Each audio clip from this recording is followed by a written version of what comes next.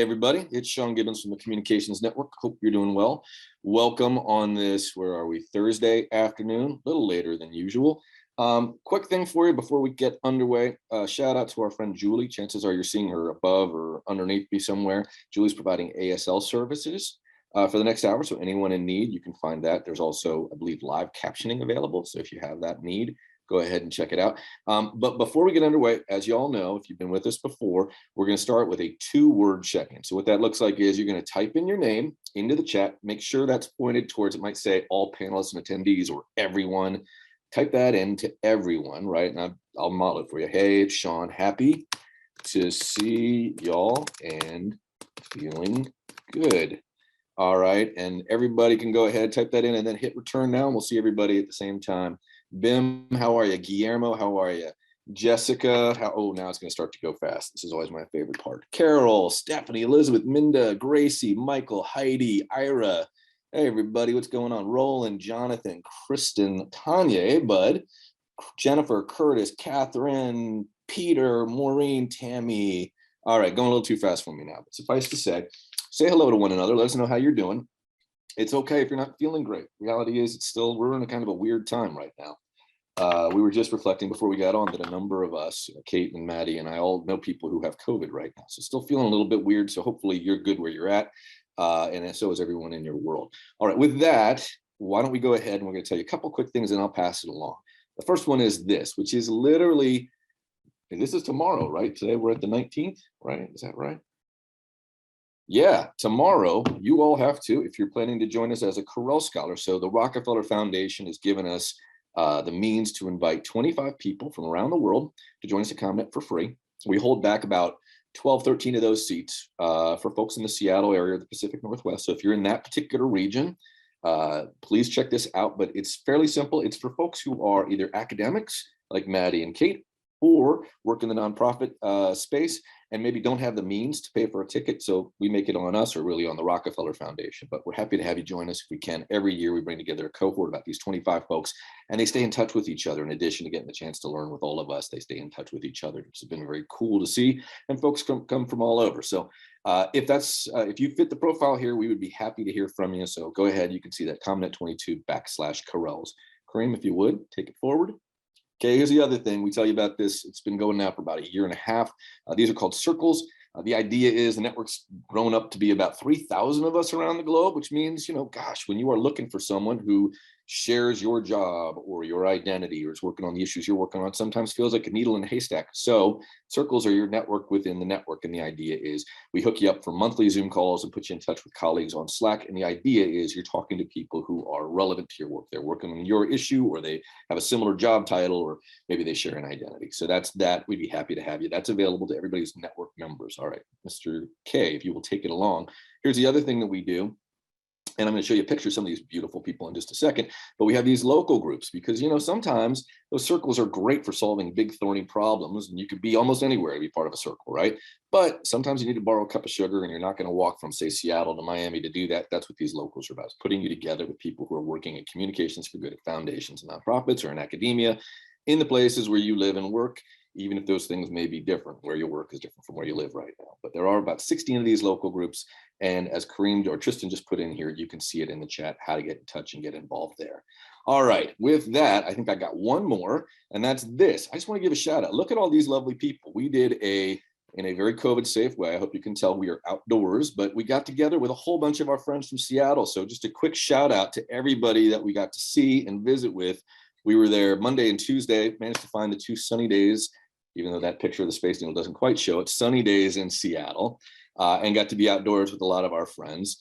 And I'm not gonna lie, we all acknowledged it was a little weird. We're all a little out of practice seeing people in person, but boy, it was nice not being in a Zoom box with everybody. That said, we are happy to be in a Zoom box with you. And so with that, we hope to see you in Seattle this fall. But for right now, let's pass it over to Maddie and Kate. I think Maddie is going to kick things off for us. We're very grateful to have both of them. And we're going to be talking about misinformation, disinformation, and why this, well, you can see it right there in front of you. So let me shut up and let them get to it. We'll see you on the other side. Oh yeah, last thing I should tell you, when this is over, we're going to invite you, you'll see this in the chat, to go join us for what we call office hours. We've been doing that this year. It's a new thing for us. And Maddie and Kate have generously said they'll stick around and answer your questions. So hold your questions, come hang out with us, and you can ask them directly on the other side of this. But for now, let's go ahead and get underway.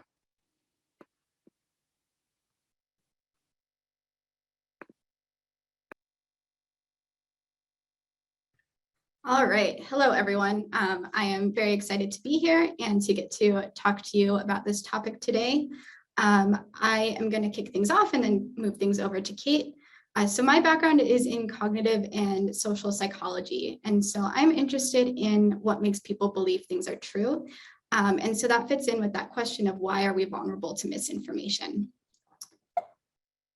And so when thinking about why people are vulnerable to misinformation, one of the questions that is important to understand more broadly is what makes information seem true. Because the same things that can make misinformation seem true are the things that can make true information seem true. And so I like to start things with an example to pull through. And so I want you to think about if you were trying to decide whether or not the statement here is true, that the unicorn is the national animal of Scotland. One thing that you might do is, when judging truth, is that you can rely on the content of the information. So you might think about here what you know about unicorns, what you know about Scotland, whether this makes sense. And you can also rely on whether or not something feels true. And so you probably hear people say things a lot like, yeah, that feels right, that feels true, or that doesn't seem right, that doesn't feel true. And so really going with those feelings of truth is one way in which people often decide whether information, both true information and misinformation, is true. And I'm going to talk a bit more now about those feelings of truth. So when we think about feelings of truth, one of the major things that contributes to those feelings is something that we call processing ease. And the idea of processing ease is that information can feel easy or difficult to process. So to give you an example, imagine you were asked to read the Declaration of Independence. You might find this to be something that's really difficult to do. You're not familiar with the language, you're not familiar with the font, there's some weird marks on there, you don't know much about the content that they're talking about. This might be a really difficult experience, and so while you're reading the information, it just feels difficult. On the other hand, imagine you're on BuzzFeed and you're scrolling through and you see this article called "Can You Steal the Declaration of Independence?" Going through doing this quiz might be a really easy experience. You're familiar with BuzzFeed articles. It's written in a way that makes it really easy to understand. There's language that you typically use. And so that would be an example of easy processing. Now, when thinking about feelings of truth, what we know is that when information feels easier to process, it also feels more true. Now, sometimes ease of processing can be a valid cue that something is true. So something might feel easier to process because, say, it's written in a way that's logical, or because it's based on true information out there in the world that you've seen before. And so in those senses, ease of processing can be a valid cue that something's true. Sometimes something feels true, feels easy to process because it is true. But, and so I have those examples here. So the arguments might flow logically. It's consistent with what you already know. And you might have heard the information before from a credible source. So those are just a few examples there. But on the other hand, ease of processing can also result from factors that are unrelated to truth. And so there are a lot of these examples. I'm just going to show you a few of them here. But you can look at something like print font. And so presumably the font that something's written in shouldn't affect whether or not that information is true. But what we find in our research is that if you show people a statement like the unicorn is the national animal of Scotland in an easy to read font or in a hard to read font, people believe it more when it's written in that easy to read font. So the easy to read one feels easy to process, it feels more familiar, and it feels more true. Similarly, audio quality is something else that can make things feel easy to process. And so if I were to share information with you in higher audio quality, there's work that finds that if you ask people to listen to researchers give talks and you have them listen to it with high audio quality or low audio quality, they think the quality of research is better, and that the researcher is a better researcher if the audio quality is better. So I hope that you all have really good audio on your computers. Another example is the presence of photos. So if I were to show you this claim, the unicorn is the national animal of Scotland, and I were to just add a photo to it that doesn't give you any information about whether or not the claim is true, but it's related to the claim, we find that that can increase how true people think the information is. And then the last example I'm going to give, and one of the biggest ones, is repetition. And so merely repeating the same statement multiple times makes it seem more true. And that's something we call the illusory truth effect. And the effect of repetition is often much larger than the other effects that I just showed. And it's something that in some cases, if you've seen information before, that can be a credible cue that the information is true, like if you saw it from a credible source. But we also find that, say, the same person repeating information multiple times can also make it seem more true. And that's a case where mere repetition shouldn't make something seem more true. And so this is one of the main things that impacts how true we believe information to be. Okay, so I'm gonna shift gears a little bit now. So now that I've talked about feelings of truth, and I'm gonna ask you to think a little bit more, and I'm gonna throw up a question here. The answer is a number, and I actually want you all to write the answer in the chat when you come up with it. And so that question is, how many animals of each kind did Moses take on the ark? 2, 2, 2, 2, 2, 2, 2, 2, 2, 2, 2, none, 2, Noah, 0, 2. Okay, so I'm seeing overwhelming number of 2s on there with some 0s, and then some people explaining that it was Noah that went on the ark. And then some people realizing that they really messed up this question. Yeah, and so this is a question that is called the Moses illusion. And what the Moses solution is if you had just read this question and weren't thinking that much, the question seems correct. It seems like things are logical, they flow correctly. And so you're not questioning whether the information contained in this question is false, and you just answer with your gut. And so this can go with something called intuitive versus analytical processing. Generally, we assume that information is true. So when you're presented with a claim or a statement or information, generally the default is to assume that it's true. And you can think about having a conversation with someone, meeting them for the first time. You usually assume they're telling the truth about their name and what they do and the things that they say. It's really difficult to question and analytically process every piece of information. So we generally assume truth as the default. And with that intuitive processing, typically we'll just nod along if things feel right. So you might have seen that with the Moses problem. You just nodded along through the question because there wasn't anything there that seemed off. Moses is a biblical figure. On the other hand, analytical processing requires motivation and cognitive resources. So it takes more effort and more time. And you might be familiar with something similar called System 1, System 2 processing, heuristic processing. And this idea of this kind of quick gut level processing versus this longer, more analytical processing are all the same types of processing. So you might have heard of it that way. And so the question then becomes, how can people shift from intuitive processing to analytical processing? So when do they make that shift to question information more carefully?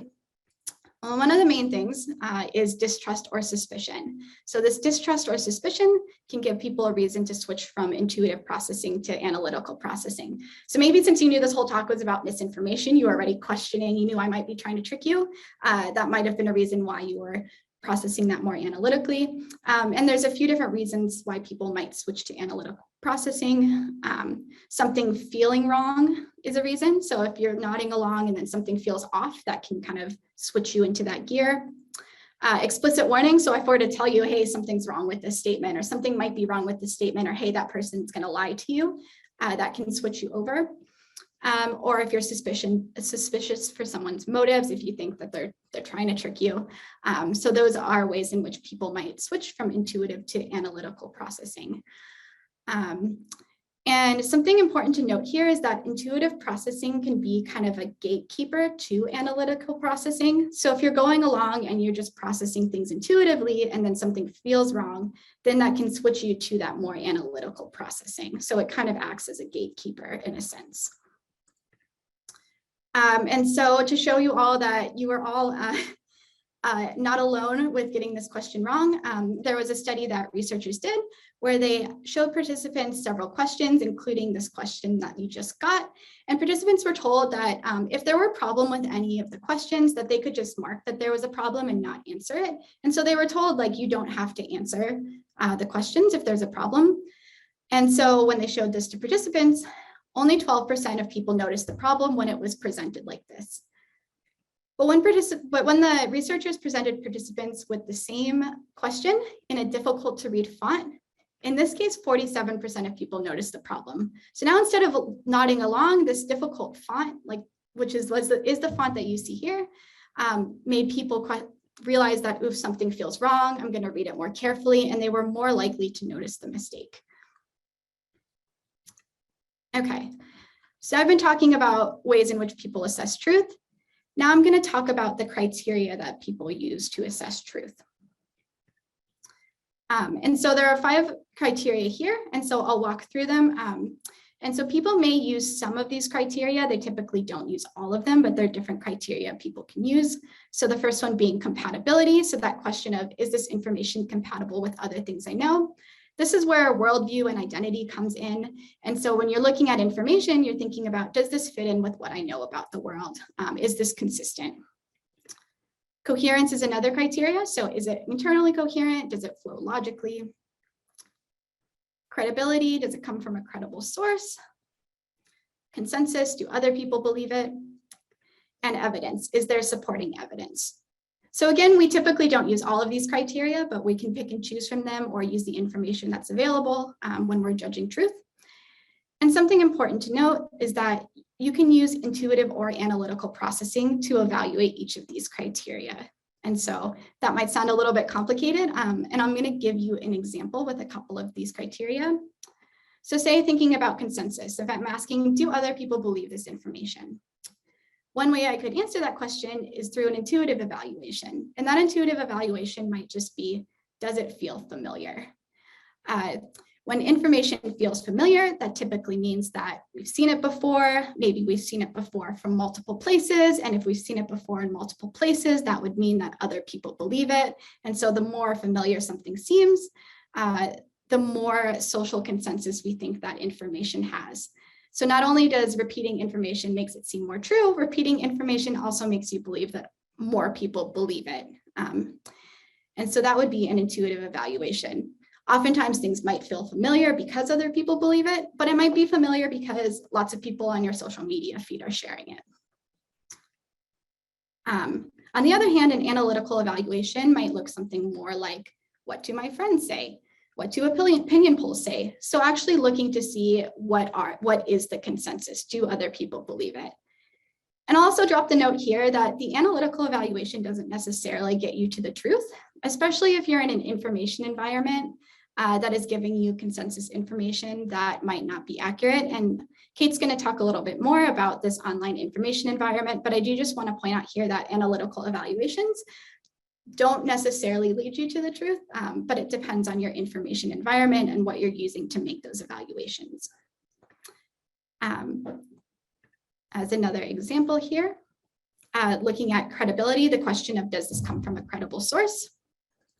You can do an intuitive evaluation here as well. So you could just say, does the source feel familiar and trustworthy? And I'll give you an example here from another research study. So in this study, participants were presented with a series of claims. So an example, I'll give you the example again of the unicorn is the national animal of Scotland. And they were told that the claims were coming from different people. And these were all people that were unfamiliar names. So you might be told that the claim was coming from someone named Adrian Babushko, or you might be told the claim is coming from someone like Yevgeny Derazinski. And the manipulation here was actually how easy or difficult the names were to pronounce. Pronunciation is another variable that affects processing ease. So when names are easier to pronounce, they also seem more familiar. They're easier to process and they seem more familiar. And what the researchers found was when the information was attributed to people with easier to pronounce names, so names that felt more familiar, people believed the claims more than when they were attributed to be coming from people with difficult to pronounce names, so names that seemed less familiar. So this would be a way in which your intuitive processing could go awry if other things are impacting the familiarity of the source or how easy the source is to process. The analytical evaluation then might look something more like, does the source have relevant expertise? Does the source have a vested interest? Is the source trustworthy? And so these are the more analytical ones. And I also too want to point out here that if people have more substantive information they can draw on, so if they know about the truth of the claim or they know more about the source, they may be less influenced by those feelings, those intuitions. But if you're judging the information and all you know is whether or not the source feels familiar or whether the claim feels familiar, those feelings are going to have a larger impact. So feelings can have a larger impact when you don't have other information to draw on, when the claim is difficult to determine if it's true or false, when you don't have prior knowledge. And so it's not always that something like pronunciation or print font will influence truth. But if you are relying on feelings and you don't have other information, that's when those things are going to be more likely to have an impact. Okay. So now I'm going to come back and actually ask the question, why do we believe misinformation? So we've talked about why do people believe information? Well, people might believe misinformation because assuming information is true is the default. There may not be cues to carefully analyze the misinformation.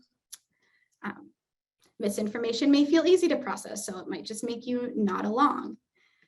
And misinformation may meet or feels like it meets the truth criteria like source credibility or social consensus. So if you've seen misinformation and it seems like it's coming from a source you trust, or you see misinformation and it seems like a lot of people believe it, those are things that can make you believe misinformation. And these are the same things that make you believe true information. It's just now the same cues are leading you to believe the misinformation.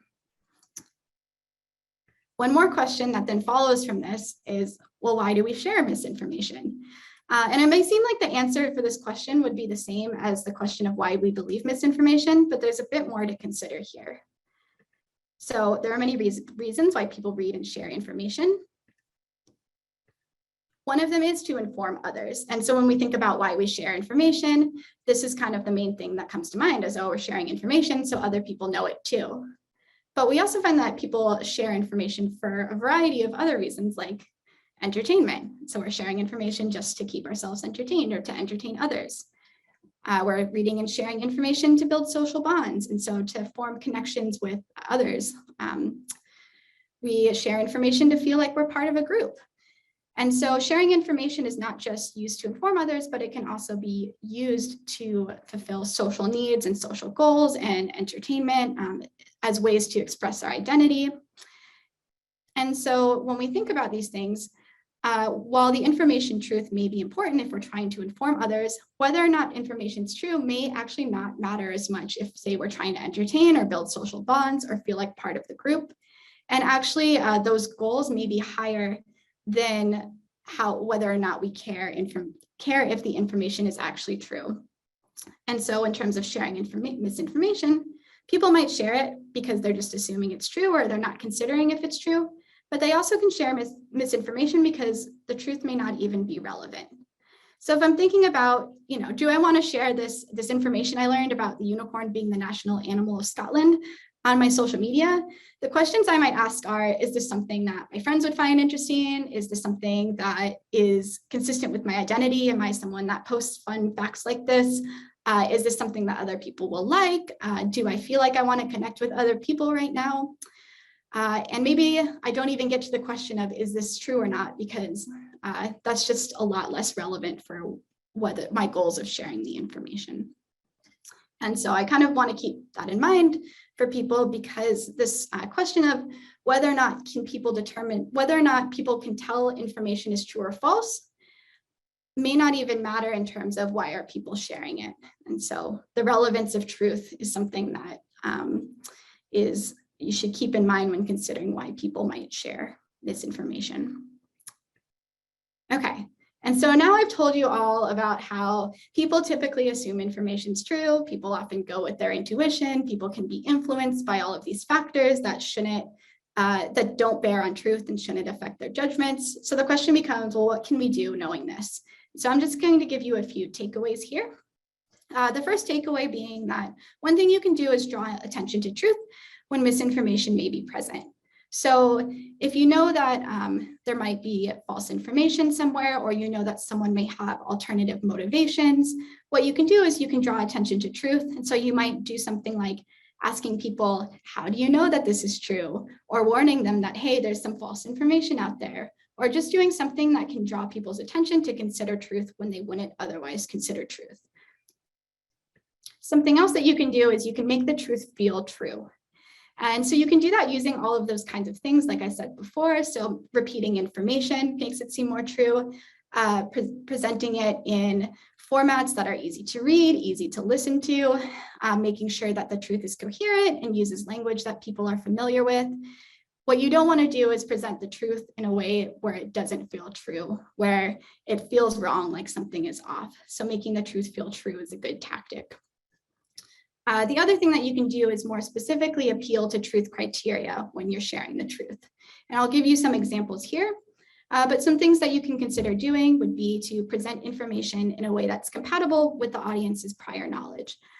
So if you know that you're sharing something that might conflict with what people believe, what you want to do is share it in a way that would explain to them why it is different, or why the state of knowledge has changed, or why this might not be compatible with what they believe. You want to make sure your story is coherent and flows logically. You want to draw attention to the credibility of the information source, if it's a source that others would find credible. You want to point to social consensus for that information. So if there is a large consensus for experts, you can say that, or you can say that this is a belief that a lot of people hold, so appealing to consensus. And then sharing evidence for your claims. So doing those things are things that, while they can be used to spread misinformation, they can also be things that you should do when you're sharing true information to make that information seem more true. Okay, so I know at this point you all have been on the edge of your seats, just really wondering, is the unicorn the national animal of Scotland? So I'm going to put you out of your misery and say that this is in fact true. And National Unicorn Day is April 9th. So please mark your calendars. You have about 11 months to prepare for next year's National Unicorn Day. And so that's the end of my section, and I'm going to now pass things off to Kate for hers. All right, thank you so much, Maddie. I am just getting started. One more button to push. Hopefully the slide is the correct one for you all. All right, thank you so much, Maddie. So I'm Kate Starbird. I am an associate professor at the University of Washington and the director for director for the Center for an Informed Public. Maddie Jalbert is a postdoctoral scholar with us, and she has done just such a great job of talking today about the psychology of misinformation, and has been doing a great job educating our center about the psychology of misinformation.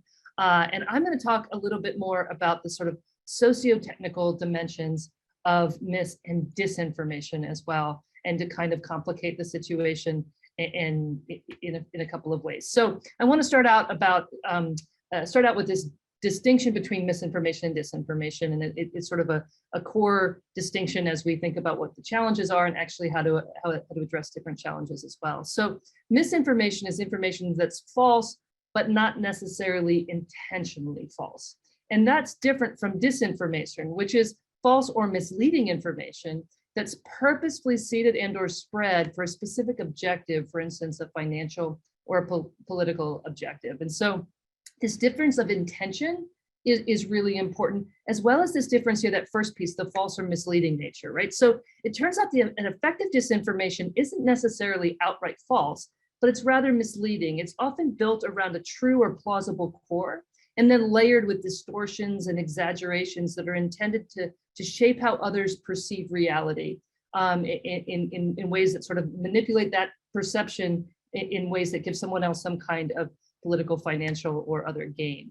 Disinformation also functions often not as a single piece of content or one Facebook post or one article, but as an assemblage of different information actions or a campaign. And so through this view, disinformation can sometimes be resistant to fact checking on a single piece of content. It can't always simply be reduced to false information, which I think are two kind of important things. Another thing that we've noticed, especially around pervasive disinformation, which is what I think we're experiencing right now in our information environments in some ways. But disinformation doesn't always work to convince you of a particular thing, but it instead works to confuse, to sort of sow doubt and muddy the truth about some event or some organization or a reputation of someone, right? So it's less about building a misperception and more about building confusion, especially when we see it used sort of pervasively. And this last piece I think is really tricky because I tell you in the beginning, the difference between misinformation and disinformation is about intention. And yet here we get to something that's really hard, in that disinformation campaigns intentionally mislead, but many of the people who participate in disinformation campaigns are actually unwitting agents who are unaware of that the information they're spreading is false, and they're unaware of their role in the larger campaign. They're what we call sincere believers of the content. And I'm going to show you a couple of examples of that today as I go, or one sort of very telling example, and then we can talk more about it. And so as Maddie kind of described really well, some of the ways that psychologically we're vulnerable. One of the things that I want to put out there is that we are all vulnerable to mis and disinformation. We have this tendency to see this as a problem in other people. So people who aren't as smart or as savvy as we are, or people that are in a different part of the political spectrum. And yet when we look at the data and we look at what's going on, we find that every one of us is vulnerable. And in fact, if we looked at our own data, anyone who's on social media, go back, look a few years, you will find that at some point you shared misinformation. And that is true of me. I will acknowledge that. I imagine that's true of almost it. Maddie, maybe not, she's pretty smart, but everyone else, I think we can find cases because we're vulnerable to it. And we have been especially vulnerable because we didn't realize necessarily what was going on. We're also especially vulnerable when we're online. And I'm going to talk a little bit about what that the intersections with being online, and I'm not going to be able to talk about all of it because it's a very complicated thing and we could probably be here for a week or more getting all that content. But I do think talk about a few of the dimensions which make us particularly vulnerable in online spaces. And the first piece of that is just speed and scale. Online information moves faster and farther than ever before. We've talked about the feelings of information overload. We've talked about the pace and how that changes things. Maddie talked about sort of our intuitive versus analytical processing, where things are coming at you very quickly. You're not able to go through that analytical processing, that slower processing, that system 2 processing. It's harder to access that. And it's impossible to use that on all the information that's coming at us all the time. And so that speed and scale are hard on us individually and collectively as well. It's a single piece of content can spread very quickly and very far. And so the potential spread of misinformation is also, it's spread all the way across the world, and the truth is still putting its shoes on, right? So and we see that in the data too, is that misinformation spreads very fast and corrections are always slow and not as strong. Another piece of this in the online context is the lost context, where it can be hard to figure out when and where a piece of content was created, a piece of content that was true at one time or in one area is often not true when it's shared days, weeks, or years later, or in a different context and given a different frame around it. And so it's often difficult for us to determine that history, that provenance, and that context, especially when we're encountering things online, with them being remixed and repurposed in ways that aren't always clear to us as information participants. And so that lost context and that ability to just keep resharing things as they move outside of context, I think, is an important part of things. There's also this issue with algorithms. We talk about algorithms, but I'm going to simplify that here. But in a lot of the places that we encounter information, especially social media platforms, but search platforms as well, there are recommendations that shape what we see and who we follow and how information arrives at on our screens or in our lives in different ways. And so these algorithms often tend to give us more of what we like or what we engage with, and they also tend to give us more of what makes us angry. Some of the platforms, it's like you have to like it to get more of it. There are platforms like TikTok where you just have to linger longer on that video and you're going to get more of it, right? And so these are very strange things where these algorithms are actually training them to give us more of what sort of emotionally agitates us or gets us excited, and that can cause things to spin out of control and invoke some of those psychological vulnerabilities that we have. These algorithms can also lead us into echo chambers and down rabbit holes as we begin to, if somebody, goes to look at one conspiracy theory, they're going to maybe be given more links to other content with those conspiracy theories. And also, if we begin to like a certain kind of account, we're going to get more recommendations to follow other accounts like that. And we can end up in what we call echo chambers. And so in one sense, we often sort of interact online with people who share our same political and social identities. And this can, it's increasing over the last few years. If we've noticed, there's some reasons behind that, but this can reinforce this false sense of social consensus that's been happening, that Maddie's talked about a little bit, is that, in these echo chambers, we're going to get more people that think like us, and we can begin to think that that's the truth. And we're not necessarily going to see things that challenge our belief in things. So this is a graph actually of a social media conversation that was happening in 2016, a highly polarized topic. I'm not going to go into too much detail there, but what it actually shows is these are Twitter data. Each of these little dots is a Twitter account, and those accounts are closer together when they retweeted someone, and they're further apart if they didn't retweet someone. And what it shows actually is these two very, when you actually go look at who these accounts are and what they're tweeting about, it shows two very separate spheres where very few people are retweeting each other, and they're actually mostly sharing content from people like them. And on the left are people that were pro Hillary Clinton and Democrat, and on the right were people that were conservative and pro Trump, and was very sort of divided in the right left. And it'll come back to this graph because it becomes even more interesting later, but it just shows structurally what an echo chamber looks like in a social media platform. In almost every conversation, we can usually get 2 polls or sometimes 3 polls if it's an international conversation and there's something going on there. But we can see that structurally when we look at social media data. Another thing that kind of makes us vulnerable in the online spaces are these markers of social identity, where increasingly many of us, and maybe not us, maybe it's other folks we like to point our fingers at, but a lot of us are putting our sort of signals of our political and social identity onto our social media platforms. So we used to walk around the world, we're wearing whatever clothes, we might be able to make some judgments of what about people believe, but they're not going to be very good. When our social media environments, when we're interacting with people, we're dressed up with our Trump t-shirts and our Biden hats, and they're just in our LGBT things. All of those are sort of these markers that are very, that are very salient in these environments. And these can reinforce those echo chambers and trigger some of our cognitive biases that can make us more likely to fall for misinformation, more likely to bring our analytical thinking to debunk stuff that's dressed up in the other person's wrapper, and to bring our intuitive thinking when the content's dressed up in a wrapper that aligns with what we think. And so we're more likely to not challenge stuff that's coming from accounts that look like us in different ways. So another element, I think, of what's going on online is that disinformers, that people are intentionally trying to manipulate us, they can connect with us in new ways.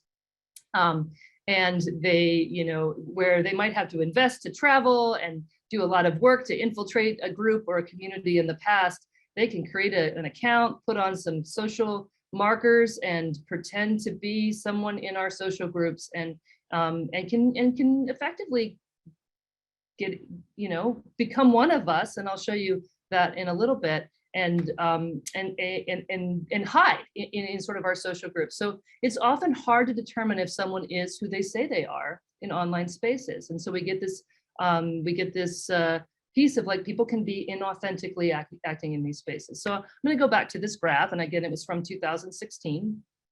We published a paper about what was going on. We actually had highlighted some of the tweets here, and they were very sort of politically charged. And And often there's racial epithets going on in here, and all sorts of things.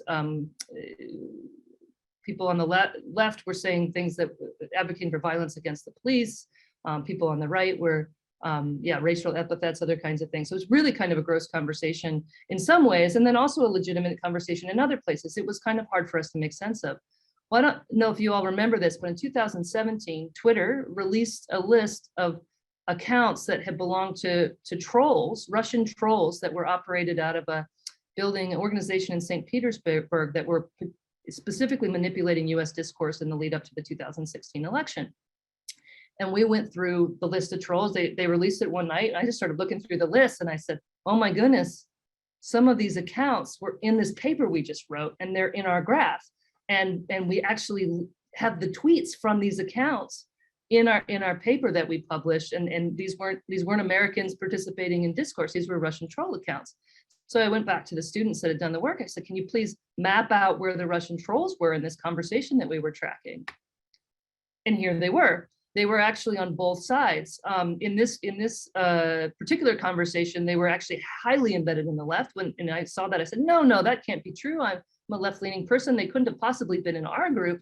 And of course they were. And then in other conversations, they were even more prominent on the right. And it turned out they had almost equal operations targeting the US left and the US right. Now they targeted them for different reasons. They were trying to suppress the vote on the left and they were supporting Donald Trump on the right, but they were targeting them effectively in both cases. So both sides were vulnerable. We were just vulnerable for different ways as part of a strategy. So I want to fast forward to 2020, 2016 now seems quaint.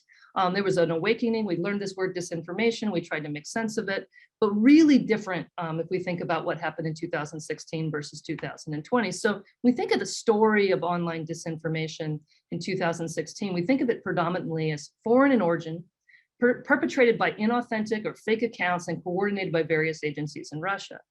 Now, when we look forward to 2020, what we experienced 2 years ago, or a year and a half ago, but gosh, it's coming again. 2022 is just around the corner. But 2020, it was a very different story.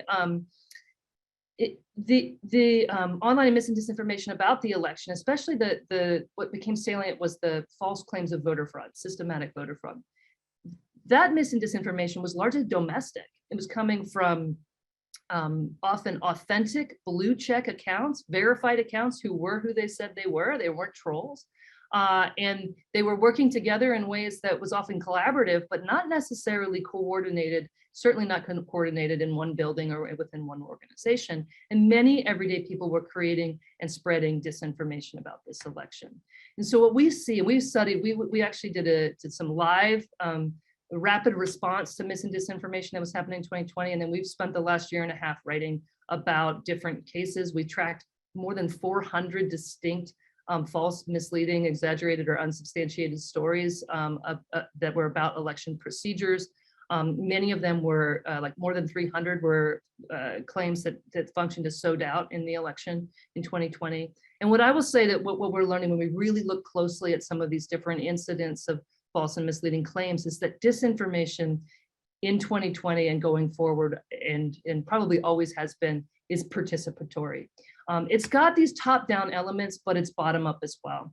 And let me just give you a couple of little cases to illustrate that and then get to some higher level takeaways. So in 2020, disinformation about the election was actually top-down. And it came from Donald Trump and members of his campaign as early as June, and actually as early as 2016. But in the 2020 context, as early as June, Donald Trump was saying that the election would be rigged, that ballots would be printed and ostensibly filled out in foreign countries, and that it would be the scandal of our times. And with that, he set sort of these expectations and this frame among his followers and supporters that the election would be rigged. And eventually we all know what that culminates in. But it wasn't just top down, it was also bottom up, with everyday people helping to sort of produce the evidence and produce the narratives that became part of what we know as the big lie. So this is a case called Sharpiegate. It is a set of claims that in one sense, it has that true and plausible core, right? So people were going to the ballots in Arizona and other places as well. They were voting with Sharpie pens. The Sharpies were bleeding through the ballots, And they were concerned that the bleed through was going to cost them their vote. And in some cases, the vote came, they went back and they went online and they thought that they saw that their vote had actually been canceled. What was actually happening is the Sharpies do bleed through, but the ballots are designed so that the ballot readers, that doesn't bother them, and that their votes were actually not being canceled. The ballots were designed that way. And Sharpie pens are used for in-person voting on election day because they dry quickly and they don't smear the machines. And they've had problems with the machines when they vote with a different pen. So there was a good reason, but people didn't understand it. So on election day, people were concerned. They didn't know what to make of it. They were suspicious. They were told to expect voter fraud. And so they began to interpret this as something that was nefarious. And we have this graph of how Sharpiegate eventually goes very viral. We've got hundreds of thousands of Sharpiegate tweets, but on election day, there's just a few thousand of them. They're everyday people spreading them, and then it begins to spread very widely. So this is what we call a cumulative graph. Left to right is just time, and then on the on the y-axis is the overall spread of the amount of tweets that have the total amount of tweets that have spread by that period of time. And then we plot each tweet on this graph. They're shaped in different kinds of tweet types, but we plot it by the size of the audience. So early on, we have these small accounts. They're not being, not big audiences, kind of just regular people trying to figure things out. But on the day after election, a day after the election, as people in the Trump campaign were trying to make sense of the fact that the state of Arizona had been called for Biden rather than being called for Trump, as they were hoping, they began to amplify this, purposefully amplify these sort of misinterpretations and create this sort of conspiracy theory that this was part of what had cheated Donald Trump. And eventually spreads through some very prominent accounts like conservative activist Charlie Kirk, Donald Trump's two adult sons, political activist Matt Schlapp, and others who begin to amplify this. And this is just as it takes off. This graph actually goes into the stratosphere and keeps going on for several days. But what I really want to talk about here is this idea of participatory disinformation. So President Trump and his campaign didn't just prime their audiences to be receptive to narratives of voter fraud. They inspired them to produce those narratives themselves and then echoed those false claims back to them. And so it was this kind of two-way dynamic. So disinformation can take shape as a collaboration between witting agents of strategic manipulation and online crowds. And it is this sort of back and forth thing that we said, that I've been talking about as participatory disinformation. And this can be really, really powerful. So I showed you this before, this tweet on this person who says, well, my vote was canceled. I went online and my vote was canceled. And this is part of what Sharpiegate is, maybe 50,000 tweets are related and retweets are related to a couple of claims that people were seeing that their votes had been canceled. And they were passing around the link that people could go to see if their votes were canceled. And sure enough, they would go online, they would type in their name and their vote would be canceled. Except if you look really closely at the form that they were seeing online, it was actually not for their in-person ballot. It was for their mail-in ballot, which was canceled when they voted in person. And so they actually were misinterpreting this website as giving them this confirmation that their vote had been canceled, when really it wasn't telling them that at all. And it was just kind of reifying or strengthening this false perception. And so this misperception, like many others, from misinterpretations of glitches and statistical anomalies and all of the other things that kind of get wrapped up in the big lie, they come this collective experience of being cheated.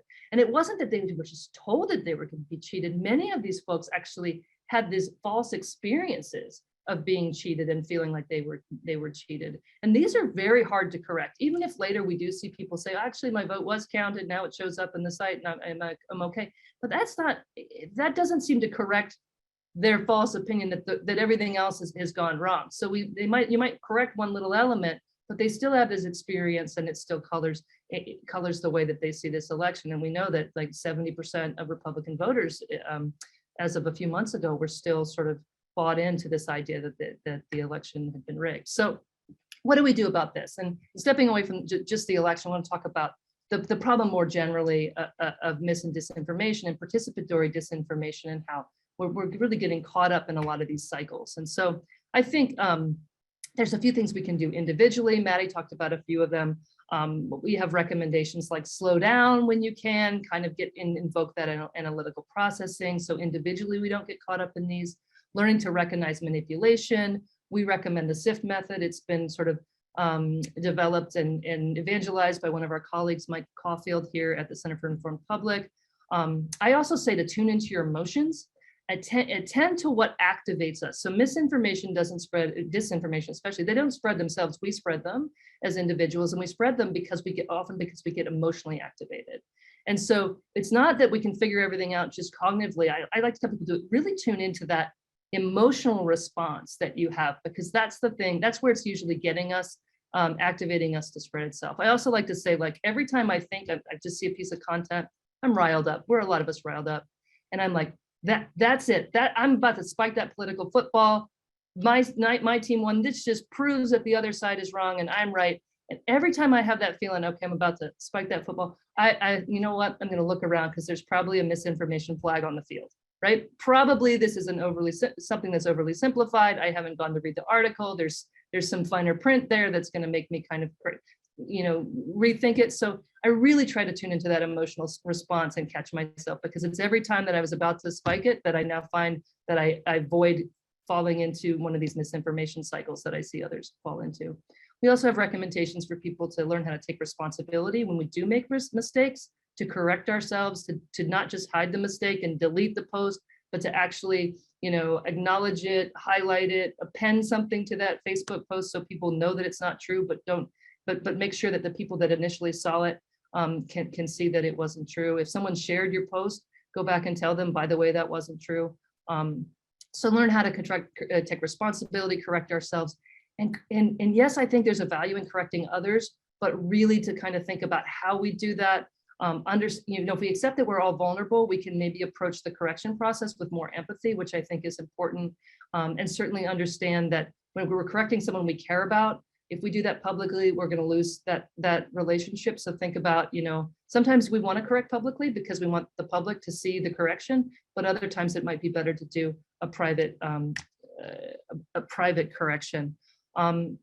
A couple other slides. These are more new slides that may be for your audience. I'm going to try to get through them and then hopefully we'll see you in the second part if you want to come for questions. But how can organizations protect themselves from and mitigate the effects of mis and disinformation? And these I think about a lot as we think about how do we even do our own work, but advise others as well. When we're in these spaces, they're highly charged and frankly, they're adversarial. For whatever work you're trying to do, if you're trying to make positive change in the world, it feels like it's adversarial, and we're struggling with like intentional information attacks that are trying to muddy the waters or hurt our reputation. And so certainly accuracy is very important, and when we make mistakes, we've got to own them. But like every time we make a mistake, that's going to be leveraged against us in ways that can come back and hurt us. And so being very, really focusing accuracy first. Speed is important too. If we leave an information void, and others will fill that in adversarial ways. But don't sacrifice accuracy for speed. So accuracy first, then speed in terms of trying to get information out there. We've been telling people, if you're in some of these like highly charged spaces to pre-think what your risks are, to pre-stage resources that you can quickly point to.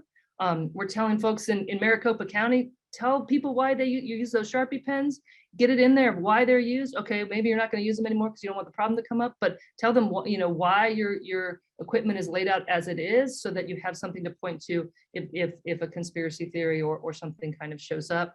To set thresholds, we've talked about, we don't always want to over respond to something because that can give attention to these bad faith attacks, but like, trying to set thresholds in your organization for, if it's only one post or one small group is talking about this, let's just address this very quietly by putting a resource up.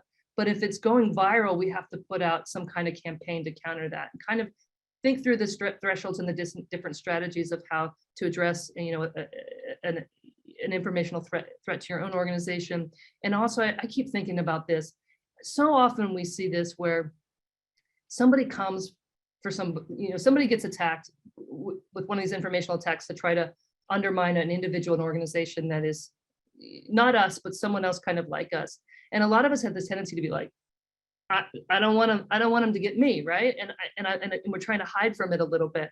They're going to pick us off one by one. I think we really have to have network responses to network threats, to begin to learn who our friends are and develop sort of these robust networks. And when we see these bad faith attacks on colleagues and collaborators and just other folks in our larger networks, that we have ways to kind of to step up and support them, and also give our audiences the tools they need to help support us, have resources that they can point to help us just, strengthen our responses against what I see as sort of these, bad faith attacks that are trying to undermine people that are trying to do good work.